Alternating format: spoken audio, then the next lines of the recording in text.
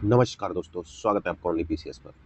देखिए UP special के paper 5 और 6 के जो हमारी सीरीज चल रही है, पेपर 5 लगभग आपका कंप्लीट है। पेपर 6 में ये हमारी अगली यूनिट है, यूनिट 14। तो इससे पहले 13 यूनिट हो गई हैं और करंट की यूनिट जितनी है वो लास्ट में कराई जाएंगी आपकी। इसलिए ये 14वीं यूनिट है और जिन्होंने नहीं देखे हैं पुराने वो देख लीजिए। और देखिए हमारी आंसर राइटिंग और नोट्स वगैरह के लिए जो भी संपर्क करना है तो आप इस नंबर पे कर सकते हैं, 8527434727। प्री की क्विज है, आंसर राइटिंग है और आपका क्रैश कोर्स है। इन सब के बारे में आप इस पे व्हाट्सएप करके जानकारी ले सकते हैं। तो चलिए शुरू करते हैं। इसका सिलेबस है यूनिट 14 का, यूपी में राष्ट्रीय उद्यान एवं वन्यजीव अभ्यारण्य। अब देखिए ज़्यादा बड़ा टॉपिक नहीं है, ज़्यादातर प्री में आप पढ़ते होंगे इसके बारे में, तो इसे थोड़ा बहुत ही है इसके बारे में, तो वो जल्दी से देख लेते हैं। वन्य जीव अभ्यारण्य के समक्ष चुनौतियां क्या है? तो चुनौतियां देखिए इंपॉर्टेंट होती हैं, पूछ लेता है कि देखिए वन्य जीव आवास का विनाश हो रहा है, जो मानव बस्तियां बसाई जा रही हैं उसमें वनों का क्या काटना पड़ता है उनको। आक्रामक प्रजातियां होती हैं जो प्रवेश कर जाती हैं, उनसे वन्य जीव अभ्यारण्यों को दिक्कत हो रही है। ये भी चुनौती है। वनों की कटाई हो रही है और जलवायु परिवर्तन हो रहा है, ये सब चुनौतियां हैं। अवैध शिकार भी एक इसकी चुनौती है, क्योंकि देखिए कई सारे जानवरों का यहाँ अवैध शिकार होता है और उनके जो पार्ट्स होते हैं उनको बेचने के लिए ये कार्य किया जाता है ओचर्स द्वारा। विभिन्न प्रकार के प्रदूषकों का पहुंचना और संरक्षित क्षेत्र में मानवीय गतिविधियां बढ़ाना, तो ये सारी चुनौतियां हैं जिससे कि वन्यजीव अभ्यारण्यों को समक्ष चुनौतियां ये सारे पॉइंट क्रिएट कर रहे हैं। तो इन सबको आप लिख सकते हैं। उपाय देखिए इसके बारे में क्या क्या है। तो स्थानीय प्रजातियों को बढ़ावा दिया जाए, क्योंकि इससे आक्रामक प्रजातियां जो प्रवेश कर जाती हैं और ये चुनौती पैदा करती है, इसलिए जो स्थानीय प्रजातियां उनको बढ़ावा दिया जाए तो ये समस्या खत्म हो सकती है। अवैध शिकार के लिए आधुनिक प्रौद्योगिकी युक्त ट्रैकिंग प्रणाली हो, कठोर दंडात्मक व्यवस्था हो, तो इस तरीके की व्यवस्था करनी चाहिए। देखिए पर्यावरण संरक्षण ये था आपका वन्यजीव संरक्षण अधिनियम 1972 को बेहतर क्रियान्वयन किया जाए, जागरूकता में वृद्धि की जाए, कर्मचारियों की जिम्मेदारी तय की जाए, आवास पुनर्वास और संरक्षण को बढ़ावा दिया जाए। तो आगे देख लेते हैं। इसमें आगे है ये कुछ और है इसमें, इसे और देख लेते हैं। तो देखिए इसमें व्यवस्था कहाँ कहाँ की गई है इसके बारे में संविधान में देखते हैं।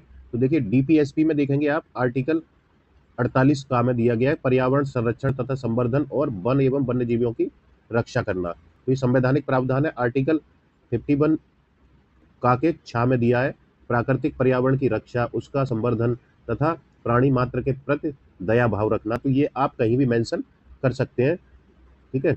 अब देखिए यूपी में कितना है राष्ट्रीय उद्यान, कितने वन्यजीव अभ्यारण्य, ज्यादातर प्री में आप पढ़ते ही होंगे। एक राष्ट्रीय उद्यान है जो दुधवा है, 1977 में बना था, 490 वर्ग क्या है ये वर्ग किलोमीटर है ये। तो अगला है इसमें वन्य जीव विहार कितने, 11 और 14 पक्षी विहार है, 4 टाइगर रिजर्व है, 2 एलिफेंट रिजर्व है।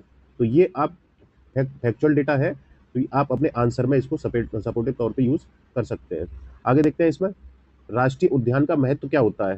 तो देखिए महत्व इसका प्राकृतिक मूल्य है इसका, आप इसमें दिखा सकते हैं कि लकड़ी ईंधन से लेके और जड़ी बूटियों से लेके क्या क्या प्राप्त होता है इससे। आर्थिक मूल्य क्या है, तो इससे इको टूरिज्म को बढ़ावा मिलता है, आर्थिक गतिविधियों के लिए कच्चे माल का स्रोत भी है, तो ये सब इसमें दिखा सकते हैं। सामाजिक सांस्कृतिक मूल्य देख लीजिए इसमें क्या क्या होते हैं।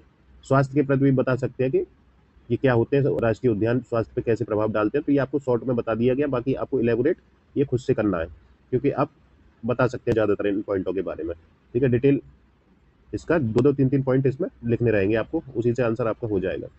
अब देखिए राज्य स्तर पर संरक्षण हेतु तो उपाय क्या किए गए, ये आपका वेरी इंपॉर्टेंट है, इसमें आप डालना जरूरी रहेगा, कभी भी इस पे क्वेश्चन पूछा जाए। कछुआ पुनर्वास योजना है, इको डेवलपमेंट प्रोग्राम है, घड़ियाल प्रजनन केंद्र बनाया गया है, टाइगर टास्क फोर्स बनाई गई है, प्रोजेक्ट एलिफेंट बनाया गया है, गिद्ध संरक्षण एवं प्रजनन केंद्र बनाया गया महाराजगंज में, 11 आर्द्र भूमियां हैं, ठीक है। तो ये संरक्षण के लिए प्रयास किए गए। कुछ और देख लीजिए, दुधवा राष्ट्रीय उद्यान के बारे में थोड़ा सा देख लीजिए। 1977 में बना था, लखीमपुर खीरी जिले में है, 490 वर्ग किलोमीटर में है, इको पर्यटन को के रूप में इसे मान्यता दी गई है। प्रमुख बाघ अभ्यारण्य कौन कौन से हैं, देखिए दुधवा है सबसे पहले, दुधवा टाइगर रिजर्व जो किशनपुर और कतरनिया घाट वन्य जीव विहार भी इससे संबंधित है दुधवा से। पीलीभीत टाइगर रिजर्व है, अमनगढ़ बफर जोन है, ये बिजनौर में 2012 में बना था। देखिए ये राज्य की जो वेबसाइट है उस पर आपको 4 दिखाई देते हैं ये जो बाघ अभ्यारण्य है, लेकिन वही देखेंगे आप केंद्रीय जो वेबसाइट है उस पर आपको ये नहीं जोड़ा जाता है, बाकी 3 दिखाए जाते हैं उसमें, ठीक है। तो आपको ये इस 3 चारों ही लिख देने हैं। रानीपुर टाइगर रिजर्व है जो 2022 में इसे मान्यता मिली थी। वन्यजीव अभयारण्य देखते हैं। वन्यजीव अभयारण्य में क्या है कि पशुचारण जैसी मानव गतिविधियों की अनुमति होती है। और देखिए आप पेपर थर्ड में इसके बारे में ज़्यादातर पढ़ते ही होंगे कि राष्ट्रीय उद्यान में क्या क्या प्रोविज़न दिए गए और वन्यजीव अभयारण्य में क्या क्या अनुमति होती है। तो ये आप ऑलरेडी पढ़ चुके हैं, इसलिए यहाँ डिटेल नहीं बताया जा रहा है। पेपर थर्ड में जब आपको नोट्स दिया जाएगा और क्रैश कोर्स के माध्यम से पूरा कराया जाएगा तो वहाँ तो वैसे आप कर ही चुके होंगे, ज़्यादातर जो स्टूडेंट मेंस वगैरह दे रहे हैं उनके लिए समस्या नहीं होगी, जो नए होंगे उन्हें समस्या हो सकती है। तो आप थोड़ा सा अलग से भी, जिन्हें समस्या हो रही है वो अलग से भी देख सकते हैं। प्रमुख वन्यजीव विहार कौन कौन से हैं? कतरनिया घाट है जो बहराइच जिले में है, चंद्रप्रभा चंदौली में है। तो कुछ ऐसे एग्जाम्पल आप उसमें अगर आंसर क्वेश्चन पूछा जाता है तो दे दीजिए। राष्ट्रीय चंबल वन्यजीव अभयारण्य है, कछुआ वन्यजीव अभयारण्य है वाराणसी में, किशनपुर लखीमपुर खीरी में है ये।